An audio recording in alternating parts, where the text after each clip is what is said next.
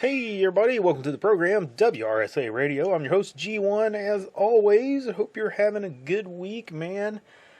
I've been up to my tail and stuff going on and getting pulled in far too many directions over the last 2 weeks.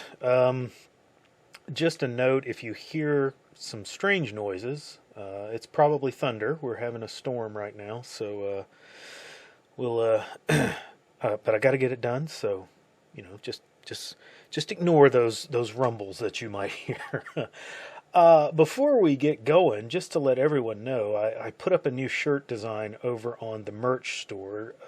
This one is for the readers, all the old school WRSA folks, people who've been around on the website for a long time, the comment section guys, following for almost 20 years now.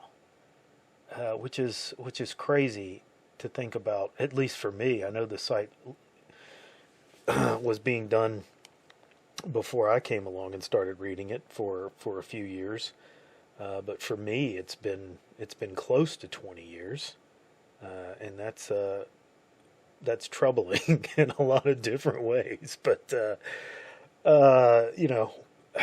we've come a long way. We've come a long way. And I want to thank Concerned American for doing the interview for the last show. He doesn't have to do that, and I certainly do appreciate him carving out some time to have a discussion with us there. I think it was good.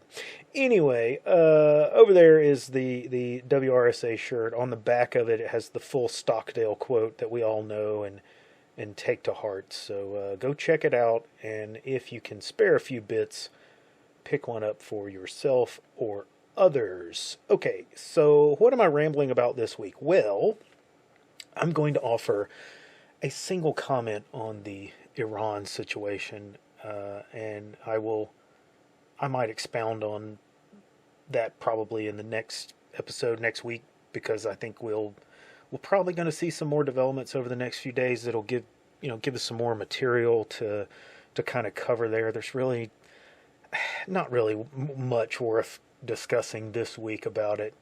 But anyway, I wanted to make a comment about the U.S. blockade and some of the observations and commentary of people out just in the general sphere of things. There's a lot of critique and criticism about this blockade, counter blockade, if you will.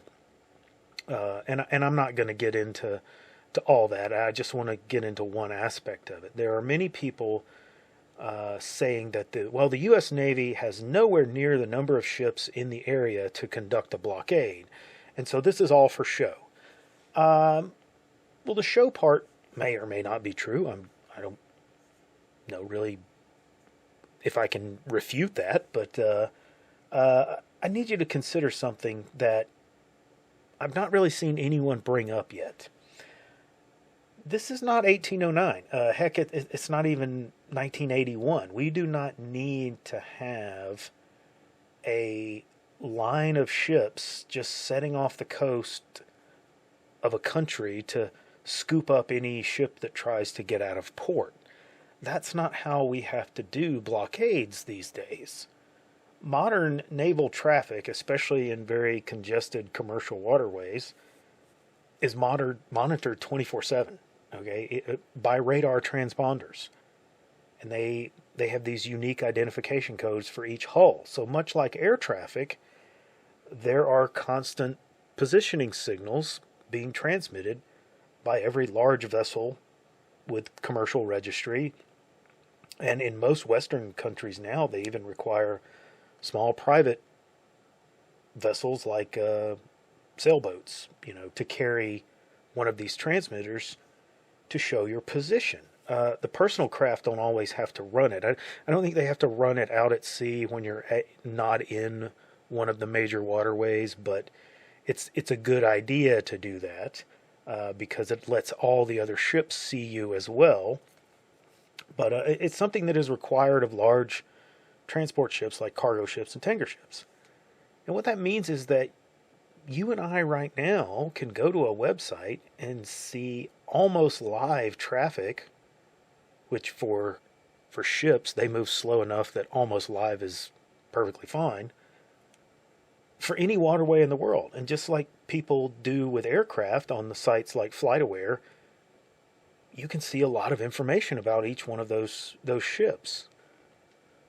Well, the Navy has that data and more for every ship transiting the straits and passing through what we're calling a blockade. So just like with Venezuela, the Navy tracked the ships and boarded them well out to sea where they have a bigger advantage, and they're doing it on their timetable.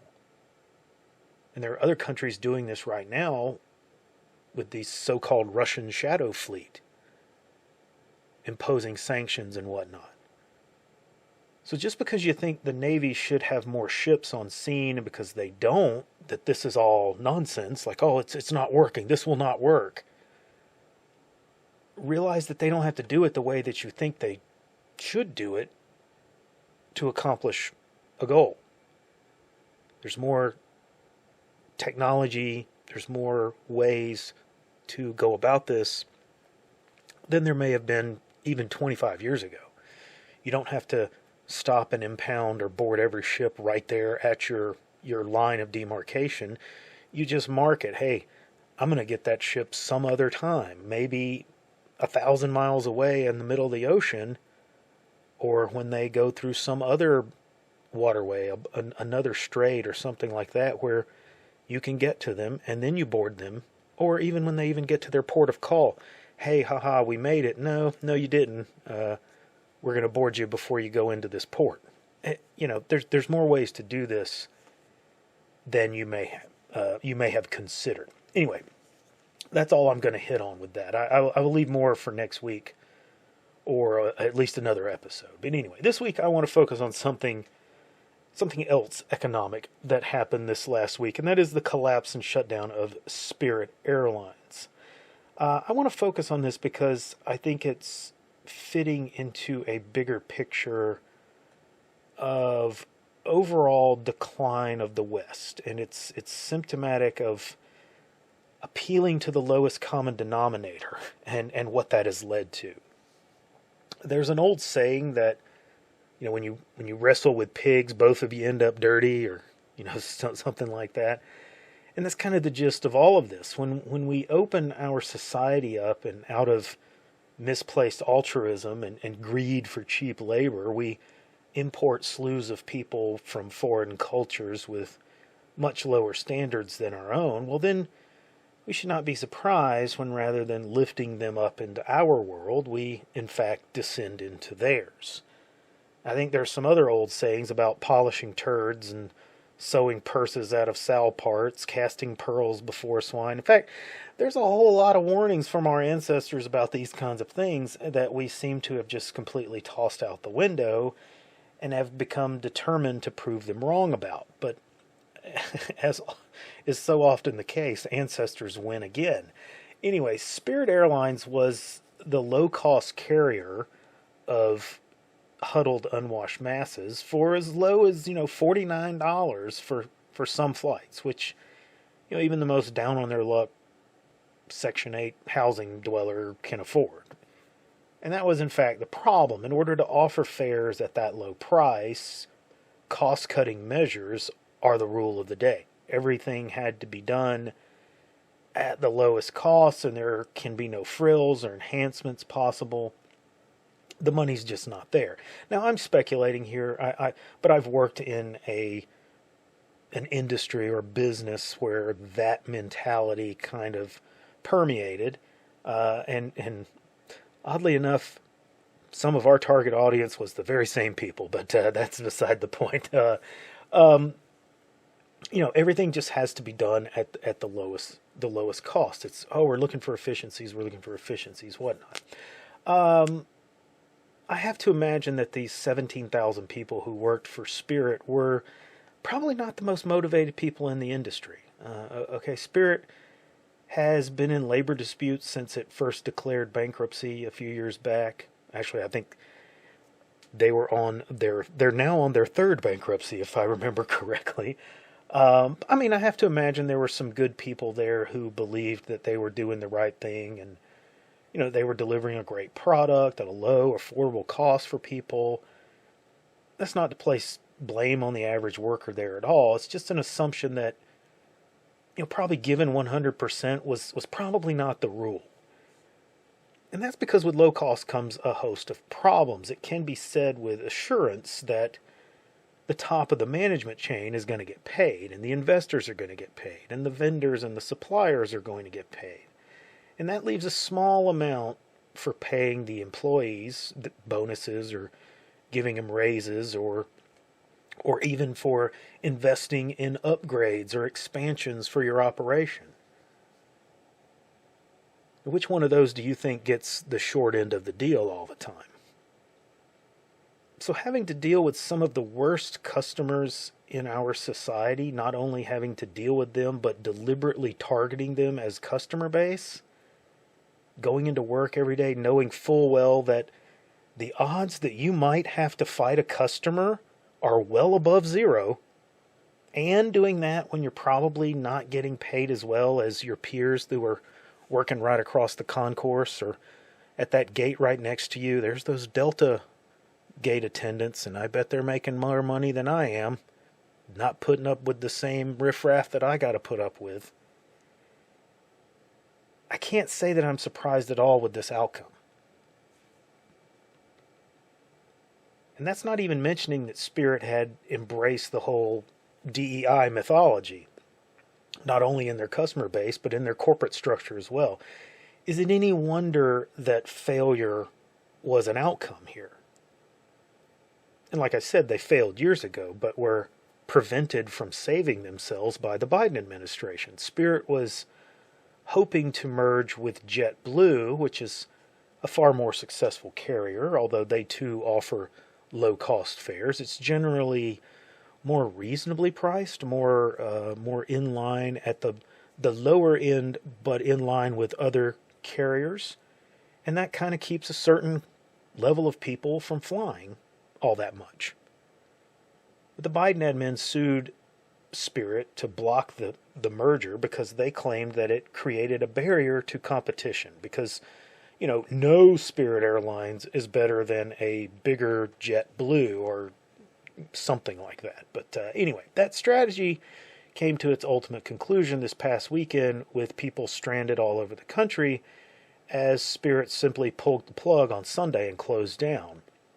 And other carriers were brought in to help these passengers on return flights, which I imagine was a complete mess and a costly problem for many of those people flying. So, again, this is a low-cost airline that attracts low-income customers, people who probably don't have the money to have to pay a higher fee to come back when they had already paid a fee to buy their return ticket in the first place. So now they're out even more money.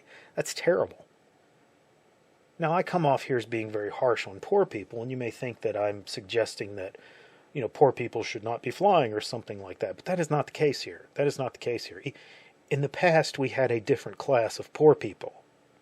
There was a time when flying was an elegant, relaxed way to travel, and people dressed up to take a plane. It was seen as kind of a luxury. It was respected, and most people could not afford to fly. But there were times when lower income people did in fact find themselves with the means or under circumstances where they had to fly or they were able to fly. And they respected the other people there. They dressed in their best clothes and they behaved themselves on the flights just like everybody else did. And unless you were paying close attention, you probably didn't even know who they were or anything about them. You didn't know anything about their social status or their position. That could not be further from the truth today. And even across economics, there are just certain types of people who fly today. I've taken flights where I thought that the people were going to walk straight off the plane and into the ocean because they're wearing beach attire. I've seen women who I can only describe as obviously exotic dancers because of their lack of clothing. You have obese people pouring over the tiny seats into your seat. You have massively tall people who can barely sit.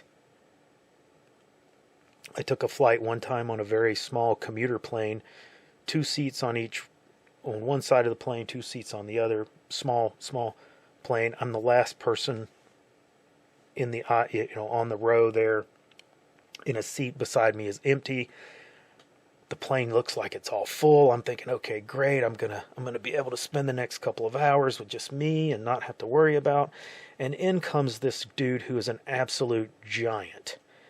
And he comes walking back, and I'm like, oh God, and sure enough, he sits right next to me. And this guy, bless him, he made every effort not to take up the entire row of seats that he and I were sitting on.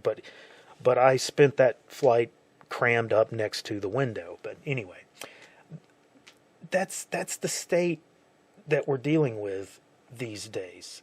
People who smell horrible, people who are just in horrible moods and looking to have confrontation. In short, it has become worse than taking a bus.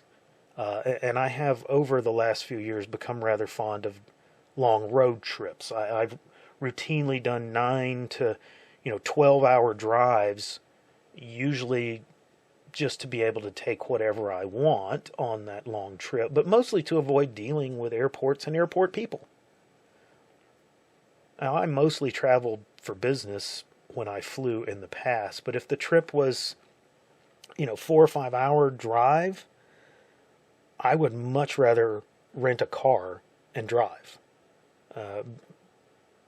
Because the flight might have been 2 hours, but all of the other portions of the airport were 2 or 3 hours anyway. 2 or 3 hours for security or rental cars and all these kind of things. Once you get there, all this will... No, even though it wasn't my money, it was still the cheaper option, and my stress level was 0. I would rather drive 5 or 6 hours in a rental car than spend 2 hours and then a 2-hour flight and then a 2-hour trying to get another rental car while I'm getting off a plane at my destination. It was just so much easier. I didn't have to worry about anything. I got my rental car. If I had a problem with the rental car, I could take care of it before I left. If something fell through, I wasn't stranded somewhere, that kind of thing. It was just so much less stress to drive. So Spirit closing takes a low-cost option off the table for people, and I think that's a good thing, because there is such a thing as too cheap. Now, there's one more question that I have about Spirit that I want to see if we can get some investigation done on. Perhaps Nick Shirley can do that if he ever gets out of Cuba. But the question that I have is, why was the government so hell-bent on keeping Spirit in the air, preventing that merger and keeping Spirit in the air? I don't think it really had to do with, this is a low cost, we need to keep these low cost fares there. Maybe it did, but not for the reason that you might think. Did the Biden administration use Spirit as their primary carrier to fly illegals all over the country? And they needed them begging for the funds, and they also didn't want to pay the higher costs for higher fares, because you wouldn't be able to, as a government contractor, you wouldn't be able to charge the government a higher fee than you would your normal customers. So they needed Spirit to be in that, $50 to $100 range for their flights, so that they could save money to fly these illegals all over the place. Was this kind of a shakedown from the Biden admin? It's an interesting question. Like I said, I'd like to see some digging on that. But anyway, that is all I have time for this week. Like and subscribe. Come see us over on Gab, Nice Crew, and the Mothership. And be sure to check out the merch store for t-shirts. I'll see you on the next episode.